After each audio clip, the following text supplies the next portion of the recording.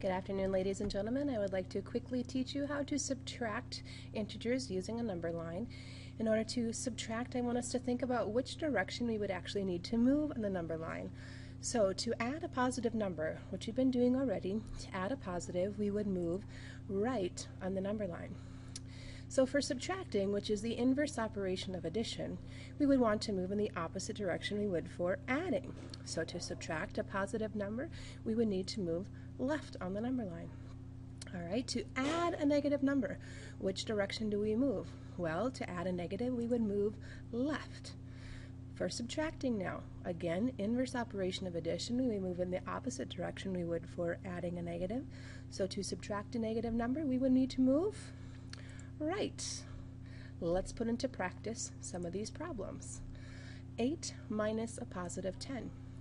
Well, in order to subtract 8 and a positive 10, let's first represent 8, moving 8 units to the right of 0. To subtract a positive. Well, in order to add a positive 10, we would move right. So to subtract a positive 10, we would move left 10 units. There's 8, 9, and 10, ending up at a negative 2. 8 minus a negative 10 is a negative 2. Let's try another problem. A negative 6 minus a negative 1. Let's first represent negative 6, so starting at 0, move 6 units to the left of 0, ending at negative 6.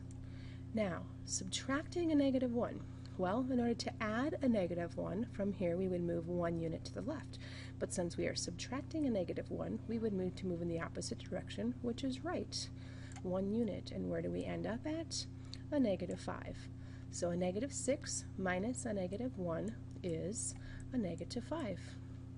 And let's try one more problem. 3 minus a negative 5. Again, representing 3, starting at 0 and move 3 units to the right of 0.